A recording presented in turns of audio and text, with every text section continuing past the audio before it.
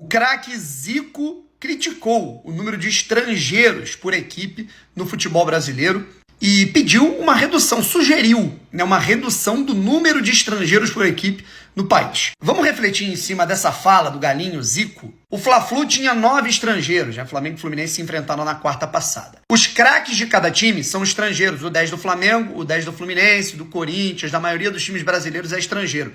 Acabaram os 10 brasileiros. Hoje os clubes criam os jogadores da base para vender. Não aproveitamos mais aqui. No nosso time do Flamengo de 81, 11 eram da base. Esse é um grande problema para o futebol brasileiro.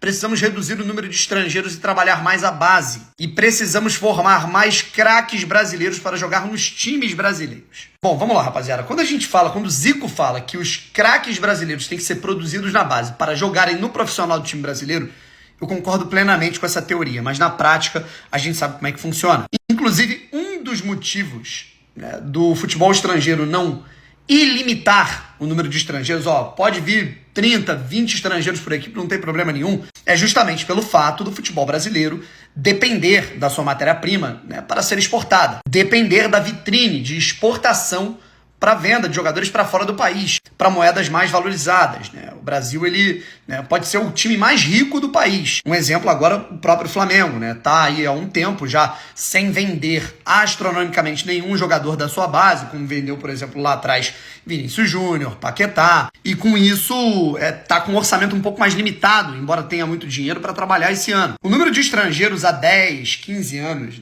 o limite era de 3, passou para 5, depois 7 e agora 9. O que atesta uma nova realidade. A gente está vendo cada vez mais o futebol brasileiro ser uma ponte ou até um destino final para a carreira de jogadores argentinos, uruguaios, paraguaios, venezuelanos e agora até com uma exploração maior de clubes da África, países africanos, como por exemplo tem angolanos, nigerianos, congoleses, vindo jogar aqui no futebol brasileiro. O Arrascaeta, por exemplo, não passou por nenhum clube grande do Uruguai, Peñarol, Nacional. Ele do Defensor foi direto para o Cruzeiro e hoje brilha no Flamengo. A gente viu o jogador do Libertad, de 19 anos, está saindo do Libertad e indo direto para o Fluminense. Uma coisa que também é muito importante é que para os clubes menores é importante essa abertura para contratar jogadores estrangeiros. Por quê? Você pensa num Cuiabá, num Mirassol, numa equipe que está com menor poder aquisitivo em relação a Flamengo, Palmeiras, Botafogo, Bahia. Explorar o mercado de meio de tabela do Paraguai, do Equador, da Venezuela, pode ser interessante para captar jogadores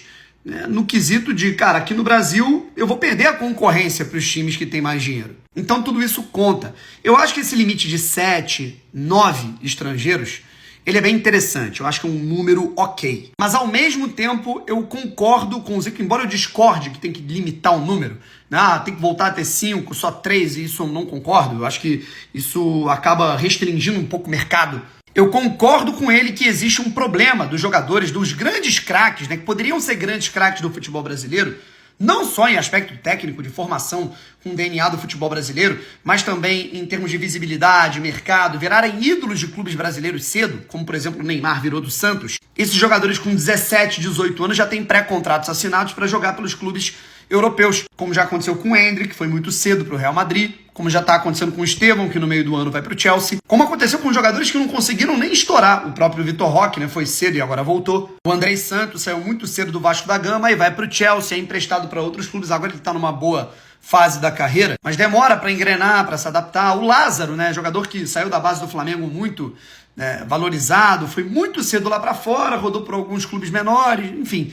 Aí você perde a possibilidade de se maturar aqui no futebol brasileiro, que talvez seja melhor do que ir para um clube de meio de tabela ou de parte de baixo da tabela de uma liga alternativa na Europa. Mas é aquilo, cara? Os clubes têm que vender jogadores para faturarem.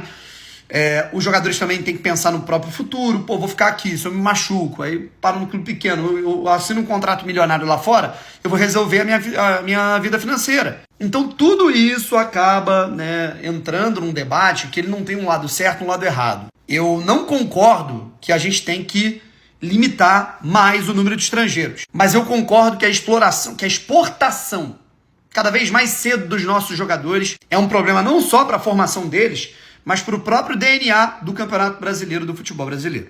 A Inglaterra, por exemplo, é ilimitado. Tudo bem que na Inglaterra você não tem a questão, a Inglaterra não precisa ficar exportando jogadores da mesma maneira que o futebol brasileiro precisa por uma questão de moeda, aí entra aspecto financeiro e tudo mais. Só que a Inglaterra desenvolveu, né, um fator que foi interessante, né, pensando na sua seleção, que é o seguinte: eu não vou limitar os jogadores, né, do mundo inteiro a jogarem aqui. A gente vai ter uma liga global e eu vou criar regras em que os clubes ingleses eles não vão ter um limite para contratar jogadores de outros países da Europa, sul-americanos, asiáticos, africanos. Só que existem regras. Você tem que ter tantos jogadores formados na sua base, você tem que ter tantos jogadores relacionados no seu elenco, formados no clube. Tivemos a formação, né, de uma grande liga e a seleção inglesa está voltando a ser forte. Justamente porque há esse nível de enfrentamento, né? Você tem vários jogadores no mundo todo, né? Enfim. Eu acabei tornando esse vídeo longo demais porque eu achei a discussão boa, válida e eu tenho meus pontos. Quero saber o de vocês.